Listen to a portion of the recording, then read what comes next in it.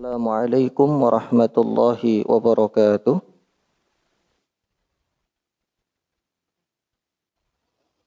Alhamdulillah nahmaduhu wa nasta'inuhu wa nastaghfiruh wa natubu ilaihi wa na'udzu bihi min syururi anfusina wa sayyiati a'malina. Innahu man yahdihillahu fala mudilla lahu wa man yudlilhu fala hadiyalah. Asyhadu an la ilaha illallah wa asyhadu anna Muhammadan abduhu wa nabiyyuhu wa rasuluh alladzi la nabiyya wa la rasula ba'dah. Bapak Ibu jamaah salat zuhur Masjid Asy-Syifa yang semoga dirahmati Allah. Alhamdulillah, puji syukur senantiasa kita haturkan kehadirat Allah atas segala karunia, nikmat dan inayah yang Allah berikan kepada kita. Salawat teriring salam semoga tercurah kepada junjungan kita Rasulullah Muhammad sallallahu alaihi wasallam, kepada keluarga beliau, para sahabatnya dan umat beliau yang berpegang kepada agama ini sampai hari berbangkit. Bapak Ibu yang semoga dirahmati Allah, kita melanjutkan kajian kitab Riyadhus Shalihin.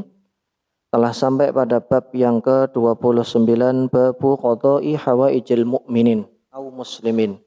Bab anjuran untuk membantu dan menyelesaikan permasalahan yang ada pada seorang muslim. Hadis yang pertama adalah hadis yang dibawakan oleh Abu Hurairah radhiyallahu anhu. Hadis ini dikeluarkan oleh Imam Muslim, kemudian Imam Abu Daud, kemudian An-Nasa'i dan beberapa yang lainnya. Memiliki banyak jalur periwayatan. Dari Abu Hurairah radhiyallahu anhu, dari Nabi sallallahu alaihi wasallam, beliau bersabda, memberikan motivasi dan memberikan dorongan kepada umatnya agar saling membantu dan saling menyelesaikan kesulitan pada diri seorang muslim.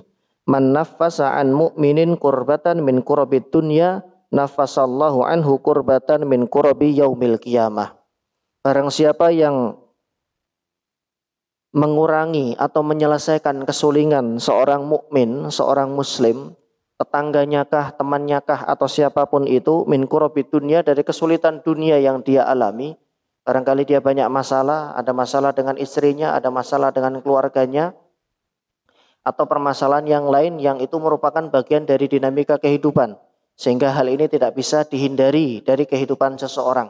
Bahwa dia membutuhkan teman untuk ya sekedar mendengar. Bahwa dia membutuhkan seorang yang bisa memberikan masukan dan yang bisa memberikan arahan. Kemudian kita dengan rela memberikan arahan, memberikan masukan, memberikan bantuan nasihat, dan kemudian dijalankan dan kemudian berkurang beban permasalahannya, maka inilah yang kemudian akan Allah sediakan, naffasallahu anhu kurbatan min kurabin yaumil qiyamah. Maka Allah akan menghilangkan atau akan mengangkat kesulitannya kelak pada hari kiamat. Jamaah yang semoga dirahmati Allah, ketika seluruh umat manusia dikumpulkan oleh Allah di padang mahsyar. Dalam hadis Al-Bukhari dari Abdullah bin Umar radhiyallahu anhu, Nabi bersabda, tablughu irqul mu'min. Keringat seorang mukmin atau keringat seseorang itu saking panasnya dan saking dekatnya matahari itu Allah dekatkan, itu sampai mencapai telinga, dan seseorang itu akan banjir dan akan tenggelam dengan keringatnya masing-masing. Itu nanti berbanding lurus dengan dosa dan kesalahan yang pernah dia perbuat di dunia ketika belum bertaubat. Kalau sudah bertaubat, maka semoga Allah mengampuni dan tidak kemudian dipermasalahkan di yaumil qiyamah. Yang jadi persoalan adalah ketika dosa ini menumpuk, maka inilah yang akan memperlihatkan nanti seseorang di yaumil qiyamah. Ada orang yang sampai lututnya saja berkeringat segitu banyaknya, sampai ada yang paha, sampai ada yang di perut, sampai kemudian tenggelam.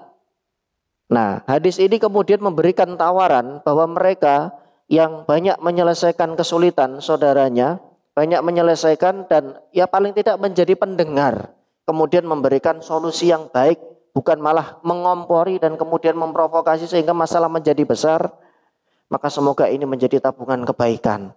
Karena kelak satu kesulitan yang dihilangkan dari seorang muslim, Allah akan menghilangkan kesulitan dia, satu kesulitan dia pada yaumil qiyamah.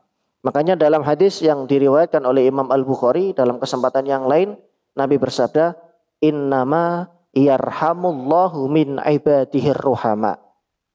Hanya kepada hamba-hamba Allah saja yang penyayang, maka mereka akan Allah sayangi pula.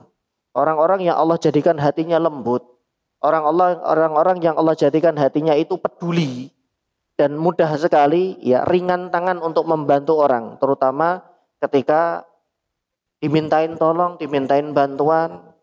Banyak permasalahan keluarga yang terjadi atau banyak permasalahan yang terkait dengan lingkungan oleh warganya. Ya, barangkali beliau adalah seorang ketua RT atau ketua RW. Ya, ini sebetulnya menjadi ladang amal. Walaupun banyak juga ujiannya, banyak juga tantangannya. Kalau ada apa-apa, Pak RT duluan yang terdepan. Bahkan mohon maaf kadang dipersalahkan dalam satu kasus yang terjadi di tengah masyarakat. Tapi bismillah, ini menjadi bagian dari khidmat kita. Pelayanan kita terhadap umat, terhadap masyarakat, yang ini semoga menjadi ladang amal kita. Selama kita on the track, selama kita tidak aneh-aneh dan menjalankan sesuai dengan tupoksinya, aturannya, maka mudah-mudahan ini semua menjadi tabungan bagi kita nanti kelak ketika kita berjumpa dengan Allah Subhanahu wa Ta'ala. Menjadi satu investasi akhirat. Karena investasi itu tidak melulu sedekah dan infak. Investasi itu tidak melulu amal jariah. Memang ini menjadi investasi akhirat. Tentunya bagi mereka yang punya rezeki yang lebih. Tapi bagi mereka yang Allah takdirkan rezekinya pas-pasan, cukup, ya, tidak sampai lebih dan kemudian memberikan sesuatu yang banyak, maka masih ada proyek akhirat yang lainnya, yaitu hal-hal yang terkait dengan sosial. Bisa sosial karena ini adalah lingkupnya cukup besar dalam beberapa rukun tetangga atau rukun warga. Ada yang lingkupnya mungkin teman kerja atau tetangga kanan dan kiri, dan semuanya kemudian bisa saling support dan memberikan masukan. Alangkah indahnya jika hal ini kemudian bisa dijadikan sebagai sebuah kebiasaan. Karena memang semangat Islam itu adalah menyelesaikan problem yang ada di tengah umat. Kemudian Nabi SAW melanjutkan sabdanya, "Wa man yassara 'ala mu'sirin yassarallahu bihi fid dunya wal akhirah." Barang siapa dari seorang muslim yang mempermudah urusan saudaranya, maka Allah akan mempermudah urusannya pada hari kiamat di dunia dan juga di akhirat.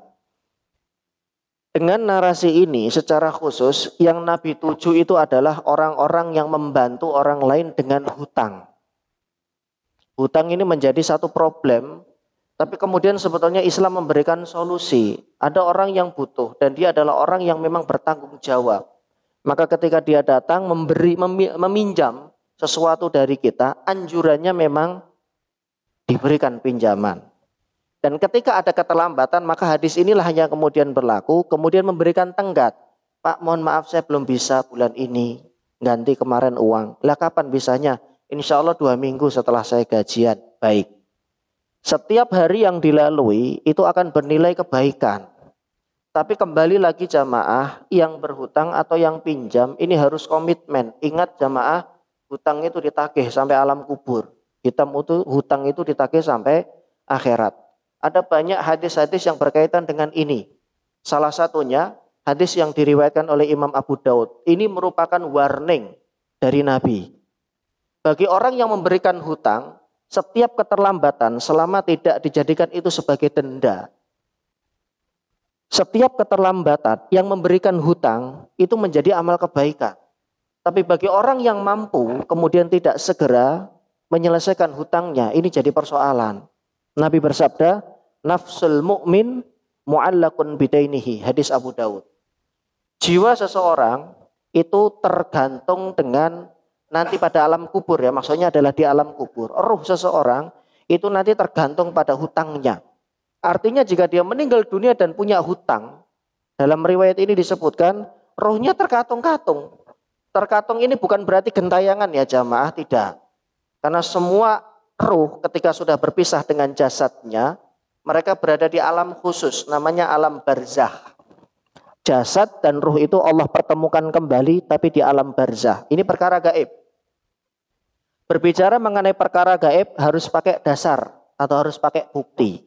Hadisnya riwayat Imam Ahmad yang kemudian ditahqiq oleh namanya Syekh Su'aib Al-Arnaud, dan beliau menyatakan derajat hadis ini adalah hadis sahih dari seorang sahabat, saya lupa namanya, Malik, Anas bin Malik kalau tidak salah, radhiyallahu anhu. Hadis panjang mengenai proses keluarnya ruh sakaratul maut, dan kemudian setelah ruh itu berpisah, ya dia sempat dinaikkan oleh Allah sampai ke atas langit. Jika dia adalah seorang mukmin maka akan dibuka setiap pintu langit, dan kemudian ada yang berseru untuk mengembalikan ruh ini ke dalam jasadnya kembali setelah jasadnya dikebumikan di alam barzah.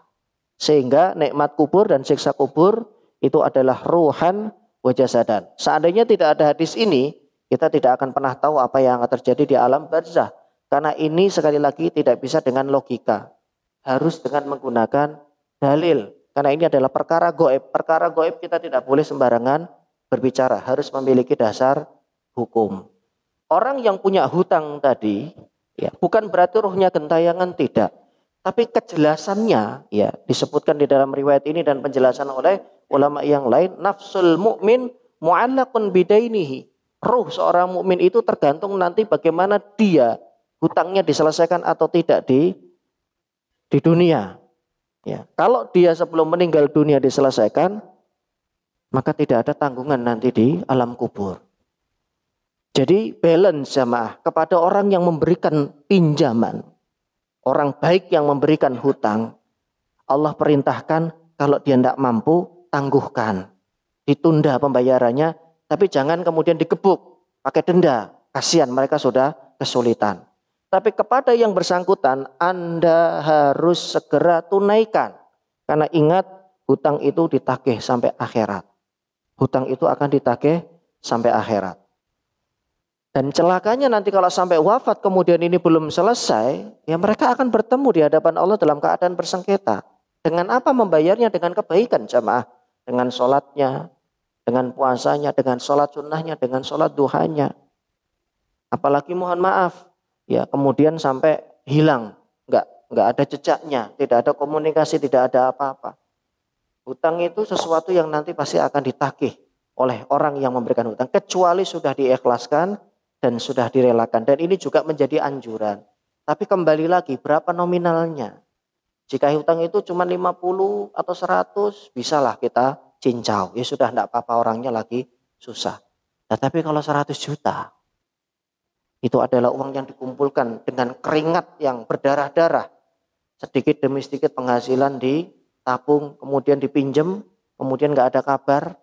Wah, kalau yang seperti ini memang untuk efek jerah. Kalau mau nanti diributkan di akhirat, monggo silahkan. Tapi kalau mau dimaafkan, juga dipersilahkan. Kembali lagi kepada orang yang meminjam atau berhutang, agar kemudian mereka punya efek jerah.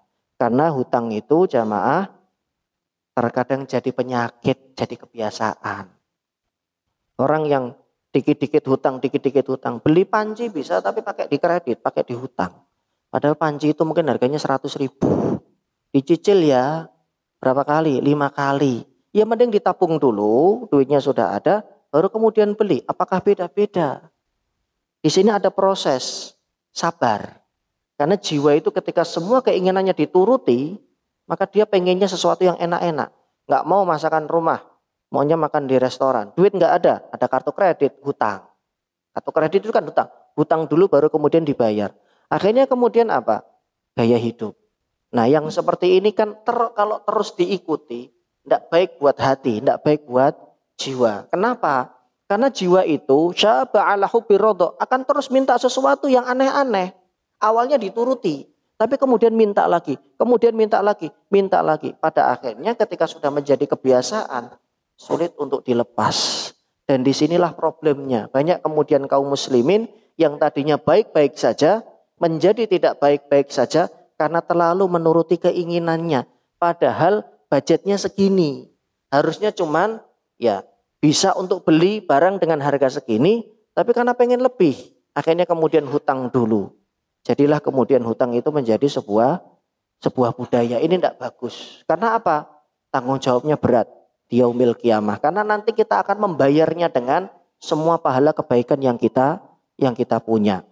Kemudian jamaah yang semoga dirahmati Allah, masih juga terkait dengan hutang, karena Nabi Shallallahu Alaihi Wasallam banyak memberikan warning, ya, banyak memberikan peringatan agar berhati-hati dengan hutang. Kalau memang harus berhutang, hutanglah hanya untuk hal-hal yang urgent, untuk makan, oke. Untuk hal-hal yang penting, karena memang hidup itu perputaran rodanya kita tidak pernah ada yang tahu. Dan kalau sudah hutang, maka komitlah untuk membayar. Ya. Ada satu hadis yang diriwayatkan oleh Imam Abu Daud, menunda hutang, menunda pembayaran hutang, matlul ghaniyyi, nah, ketemu matannya. Matlul ghaniyyi zulmun. Orang yang mampu membayar hutang, hutangnya berapa? 200. Gajinya berapa? 3.500.000 misalkan. Bisa sekali gajian langsung dibayar. Tapi sampai setahun itu nggak berkurang sama sekali. Orangnya sudah baik, sudah ngasih tenggat waktu, padahal cuma 200. Waktu itu mungkin ya buat ongkos atau apa begitu. Sedikit jamaah, tidak banyak, 200 jika dibandingkan dengan. Tapi terkadang untuk membayar itu tidak mau gitu loh. Kenapa? Karena jiwa orang itu, jiwa manusia itu, dia mau pinjem, tapi soal kembalikin ogah. Enggak, padahal cuma 200. Padahal kalau dia ambil ngomong sama istrinya, mah ini 200 tak ambil buat bayar hutang kemarin pinjem, buat ongkos bolak-balik kantor, karena ya pas kebutuhan banyak, gajinya telat. Oh ya sudah, selesai, dibayar, lunas. Besok orangnya akan respect dengan kita. Berapa banyak pertemanan itu rusak jamaah, gara-gara masalah hutang. Dan sudah banyak yang bercerita baik di sosial media maupun dari telinga ke telinga yang kita teman dari sejak kuliah, dari sejak SMA. Hutangnya sih tidak banyak, 1 juta. Nagihnya itu setengah mati sampai pakai urat katanya. Padahal dia bisa beli ini, bisa beli itu. Makannya juga makan yang enak-enak. Kenapa? Padahal 1 juta dibandingkan dengan gajinya mungkin 3 kali atau 4 kalinya. Kembali lagi. Jiwa manusia itu suka begini, pinjem, tapi untuk ngembaliin tidak mau. Nah kalau sudah sampai titik ini, bahaya, ini penyakit. Akhirnya tidak saling tegur sapa. Ya. Yang saudara juga begitu. Adik iparnya minjam kakak iparnya, atau sebaliknya, atau tetangga. Jadi masalah. Maka seorang muslim harus punya sikap muru'ah, sikap memiliki kehormatan dan menahan diri. Jika memang tidak butuh dan urgent sekali, tidak usah pinjam. Kalau pinjam, ya konsekuensinya diganti, dibayar. Kenapa? Karena tidak membayar itu lebih enak, kata mereka. Ngapain? Sini mana? Enggak ada. Enggak ada, padahal di rekeningnya ada banyak. Mau tinggal ditransfer 200.000, 300.000. Selesai. Terima kasih ya. Sudah bantu saya ketika kondisi saya lagi tidak ada. Oh ya sama-sama, nggak apa-apa, kita saling support, kita saling bantu. Masya Allah, itu lebih enak. Besok lagi kalau kita butuh mau pinjam, beliau akan lebih respect. Ya, karena orangnya sudah pernah meminjam dan dikembalikan tepat janji. Dan ini juga nanti kembali, apakah sifat seorang mukmin dan muslim yang baik itu tersemat pada diri fulan ini atau tidak. Gara-gara masalah hutang. Sampai Umar bin Khattab itu, Sayyidina Umar mengatakan begini. Kalau kamu pengen tahu sifat seseorang, ya, lihatlah bagaimana amanah atau tidaknya dia terhadap fulus, terhadap duit. Kalau dipinjemin balikin atau enggak, kalau dititipi uang dia amanah atau enggak. Kalau dari poin ini saja dia nggak bisa amanah, nggak bisa bertanggung jawab, maka kepada urusan yang lain dia akan lebih tidak bertanggung jawab. Simple beliau. Kalau pengen tahu sifat seseorang, kasihlah amanah berkait dengan uang, berkait dengan duit. Dan benar jamaah, di sekitar kita mungkin, di lingkungan kita, ya, orang yang menurut kita adalah orang yang baik, orang yang teduh, tapi ketika sudah berurusan dengan uang, dengan amanah dalam jumlah banyak, diuji oleh Allah, kemudian berguguran di tengah jalan. Kalau sudah demikian, kita punya sifat yang tidak bisa menahan diri dengan yang namanya materi, uang titipan dari orang-orang, lebih baik jangan dipegang, lebih baik mundur. Kenapa? Karena ujian itu berat dan syaitan itu bermain-main di ranah itu. Apalagi kondisi ekonomi lagi lesu, keuangan rumah lagi tidak baik. Dengan dalih, saya pinjam dulu duit ini.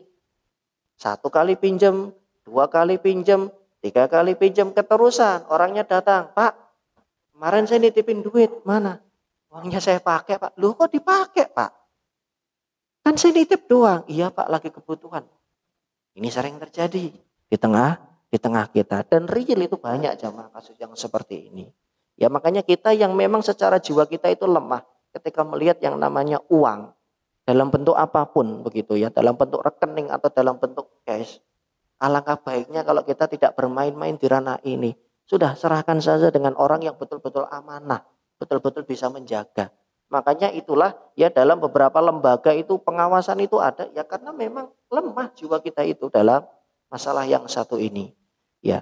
Jadi hadis ini berkaitan dengan yang tadi man yassaro, memudahkan. Memudahkan apa? Orang yang berhutang diberikan tenggat waktu, tapi bagi yang berhutang mohon untuk ditunaikan dan diselesaikan tanggung jawab hutangnya. Karena kalau tidak, ya kita akan bertemu dengan orang yang memberikan hutang dengan kita membayarnya dengan pahala kebaikan kita. Kalau hari ini kan kita masih bisa nyari. Berapa hutangnya? 5 juta. Saya cicil Pak ya. 1 bulan 200.000. Oh ya enggak apa-apa. Betul dicicil. Karena memang beliau enggak mampu. Komitmen dicicil sampai habis. Kita masih bisa nyari Pak. Tapi kalau sudah di alam kubur kita nyalinya bagaimana?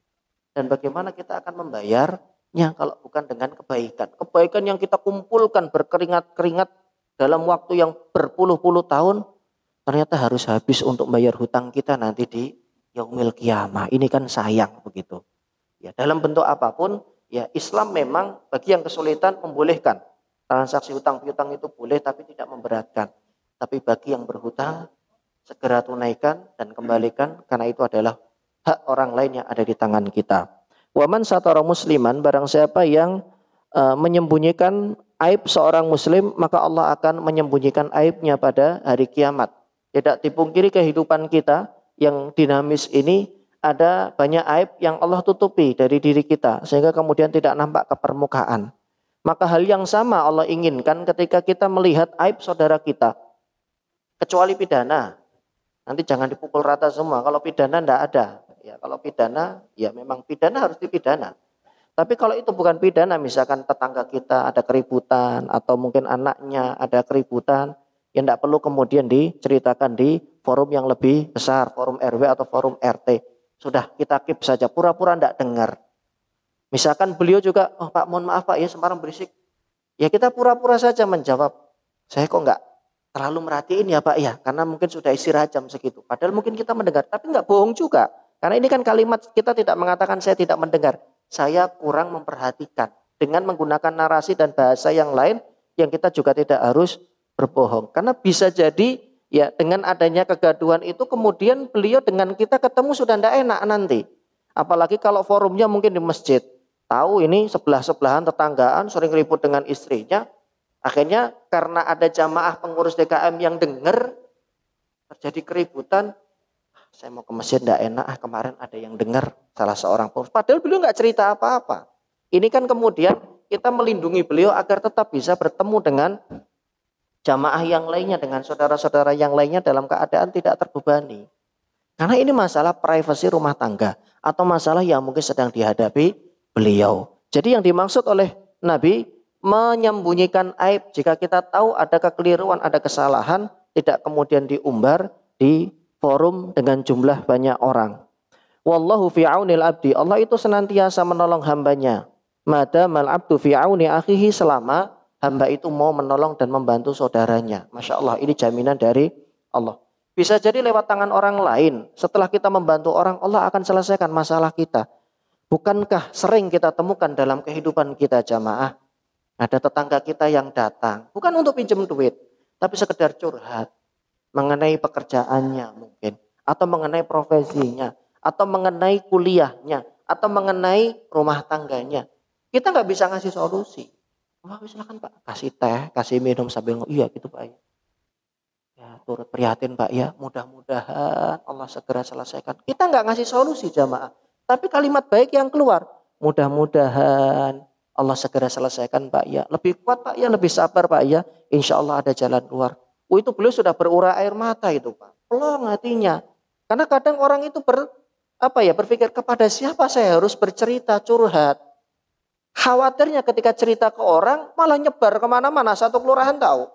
Tapi kalau dengan Bapak Fulan kok saya nyaman, saya kok percaya karena beliau bukan tipikal orang yang dengar telinga kemudian diceritakan. Bisa jadi ini kemudian menjadi investasi kita dalam 1-2 tahun kemudian kita juga kesulitan. Dan tanpa kita sadari Allah datangkan hamba Allah yang kemudian membantu kesulitan kita. Hal-hal semacam ini dalam kehidupan kita mungkin pernah kita alami. Bisa jadi karena tabungan invest kebaikan kita kepada orang di masa lalu yang baru kemudian Allah munculkan setelah 1 tahun atau 6 bulan. Nah, karena memang kita sedang ada masalah di bulan-bulan itu. Maka wallahu fi aunil abdi. Allah itu senantiasa menolong hambanya selama dia mengulurkan tangan kepada orang lain. Dan tidak melulu bantuan itu berupa uang, berupa materi. Kalau memang kita belum bisa memberikan pinjaman karena sedang ada kebutuhan, bisa disampaikan. Pak, mohon maaf saya juga lagi banyak kebutuhan, belum bisa membantu. Mudah-mudahan cepat selesai Pak ya urusannya. Ini kan kalimat-kalimat yang positif yang bisa memberikan dorongan kepada beliau. Kemudian di bagian akhir Nabi memberikan tasjik, memberikan motivasi. Man salaka thoriqon. Barang siapa dari umat beliau yang menempuh suatu jalan untuk menuntut ilmu, sahalallahu lahu thoriqon ilal jannah. Maka Allah akan memudahkan jalan dia menuju surga. Kalau ada kata-kata jalan pintas menuju surga itu adalah ilmu benar. Karena dia memotong jalan-jalan yang lain dan dia melesat begitu cepat. Kenapa demikian? Karena pada orang yang berilmu terkumpul pada mereka banyak kebaikan. Berilmu di sini bukan berarti kemudian harus langsung ceramah atau khutbah, tidak. Ilmu itu kan kita pelajari untuk diri kita awalnya, jamaah, dan keluarga. Bagaimana cara berwudu yang benar, apa yang membatalkan wudu, apa kiat-kiat agar kita bisa mendapatkan sholat yang khusyuk, bagaimana biar agar supaya keluarga kita juga ikut kebaikan kita dalam melakukan berbagai macam aktivitas ibadah. Ya, mohon maaf jika itu terkait dengan masalah kewanitaan, kemudian istrinya ada masalah di haidnya, misalkan apakah itu istihadah dan haid, ketika kita berilmu kita bisa memberikan jawaban. Atau kalau tidak sampai detail, paling tidak kita tahu, oh ini kondisi demikian, hadas besar. Maka sebelum melakukan aktivitas ibadah harus mandi besar terlebih dahulu untuk menghilangkan hadasnya. Oh tapi saya lagi sakit, tidak boleh kena air karena habis operasi misalkan. Nah ini harus disampaikan, ada namanya pembahasan tayamum. Jadi tayamum itu bisa untuk wudu dan juga bisa untuk hadas besar. Ini sekaligus mungkin ilmu, karena ini kita berada di rumah sakit, banyak pasien yang barangkali beragama muslim, kemudian mereka kesulitan. Bagaimana saya harus mandi junub? Lawang saya sedang diinfus sama dokter tidak boleh kena air. Maka fatayammamu sha'idan thayyiban. Jadi kalau mau sholat tetap tayamum. Tapi ingat tayamumnya ini adalah tayamum istibahatus sholah. Hanya untuk sholat, bukan raf'ul hadas. Jadi ada kondisi di mana seorang yang sakit itu jamaah, karena ini diatur di dalam fikih. Ya, fikih masyakoh, fikih safar, fikih sakit itu ada. Ada yang bertanya, saya habis haid selesai, kemudian posisi di rumah sakit dan tidak boleh kena air oleh dokter. Saya sholat atau tidak? Sholat jamaah, karena haidnya sudah selesai, hadas besarnya sudah selesai. Tapi saya tidak bisa mandi junub, bagaimana Pak? Bagaimana Ustadz? Baik, begitu selesai, ya haidnya begitu selesai, maka mandi junubnya diganti dengan tayamum. Bagaimana caranya? Mudah, nggak perlu gerakan banyak, cukup ditepuk. Kemudian ditiup, ya, kemudian diusap sampai muka saja. Laki-laki dan perempuan sama, tidak ada bedanya. Harus kena semua Pak ya, tapi nggak harus tangannya ini penuh pasir. Yang penting ada debu, karena so'id. So'id itu ada ma yas'udu alal ard, semua yang menempel di atas permukaan. Tanahkah, tembokkah, itu semuanya so'id. Yang kedua, tepuk lagi. Cari yang kira-kira tempat suci, bisa di tembok. Kalau kasurnya, mohon maaf, tidak kena pipis, bisa ditepuk di situ. Atau di bagian lain lah. Ya di tembok biasanya itu. Yang kedua, kemudian ditiup. Hanya sampai telapak tangan Pak, nggak sampai siku. Kecuali madhab Syafi'i. Selesai. Apa dasarnya Ustadz? Ini dasarnya adalah hadis Bukhari. Hadis Al-Bukhari. Hanya sampai telapak tangan. Tapi saya pernah dapat Ustadz sampai siku. Itu madhab Syafi'i, makanya saya sampaikan. Lah terus mana? Monggo silakan jenengan pilih. Nggak usah dibuat bingung. Kalau mau mengikuti hadis Bukhari hanya sampai telapak tangan, kalau mengikuti Imam Syafi'i sampai siku. Lah kalau Ustadz, saya ikut yang telapak tangan, tapi saya tidak mau menyalahkan orang yang sampai siku karena ini masalah khilaf. Nah terus habis itu silahkan sholat. Duhur misalkan, baik Ustadz saya nggak boleh banyak gerak. Terus ya kata dokter nggak boleh gerak-gerak banyak dan ini kondisinya memang kondisi lagi habis keluar operasi besar berat. Jenengan bisa menjamak sholat duhur dengan asar. Tapi nggak boleh kosor Pak ya. Kosor itu harus dalam safar. 4. Nanti asar nggak perlu sholat. Kalau maghrib masih kesulitan juga karena habis keluar dari ruangan operasi, silakan maghrib dijamak dengan isya. Tapi tayamum dulu, nggak boleh pakai tayamum yang pertama. Harus setiap sholat mengulang tayamum.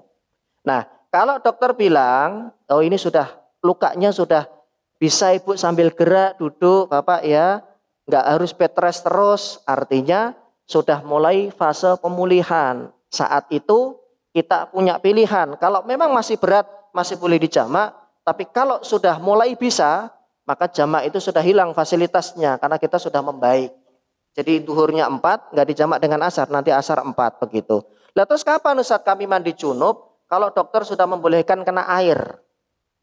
Begitu diizinkan pulang, dokter bilang, Bu, Pak, 3 hari nggak boleh kena air dulu. Berarti jangan mandi junub dulu. Kenapa? Ngikuti dokter. Karena untuk masalah ini agama kita memberikan kemudahan. Tapi jenengan masih hadas besar. Artinya nanti setiap waktu sholat tetap tayamum. Nggak boleh gabung 2 kali. Maghrib isya dengan tayamum maghrib tidak bisa. Ini beda dengan wudu. Jadi nanti isya tayamum lagi. Baru ketika kontrol, oh ini sudah membaik Bu. Dokter, boleh ibu kena air, boleh mandi. Nah saat itulah jenengan niatkan mandi junub untuk menghilangkan hadas yang beberapa hari lalu di rumah sakit karena haid dan belum mandi junub. Barulah saat itu hadas besarnya hilang total. Ini tata cara mandi bagi orang yang terkena hadas besar dan dalam kondisi sakit. Ini hal-hal semacam ini kan harus disampaikan kaum muslimin yang terkena udzur. Karena agama bukan tidak boleh, agama membolehkan. Ya, ketika ada udzur, ada beberapa keringanan yang diberikan kepada orang-orang yang sakit seperti itu. Maka orang-orang yang berilmu dalam keadaan seperti ini ditinggikan kedudukannya karena manfaatnya banyak. Ada orang, saya pernah menemukan dalam perjalanan kereta, tapi yang lama Pak, beberapa tahun yang lalu, waktu kereta itu masih kayak cendol. Sekarang kan one passenger, one seat. Dulu Pak, la ilaha illallah, sampai kamar mandi tuh loh Pak, penuh. Kamar mandi kereta Pak, kereta luar kota. Itu ketika subuh, saya lihat, tidak ada yang sholat. Cuman saya yang sholat. Dan posisi saya tidur, sebelah saya itu kepala orang, kaki orang. Saya berhusnudon, mungkin beliau tidak tahu bagaimana sholat dalam kendaraan. Karena zaman itu kan belum seramai sekarang. Maksudnya sosial media, kita mengakses ilmu sekarang lebih mudah. Lah kita mau wudhu. Di kamar mandi 1 air habis, yang kedua isinya 5 orang Pak. Kamar mandi kereta seberapa sih Pak besarnya Pak? Tidur sampai di kamar mandi, saya masuk ke lah banyak orang. Akhirnya tidak ada air minumnya cuma sedikit, kita tayamum. Kemudian kita sholat sambil duduk, nggak tahu itu arah kiblatnya mana, karena saya mau ngarah kiblat depan kepala orang, kaki orang.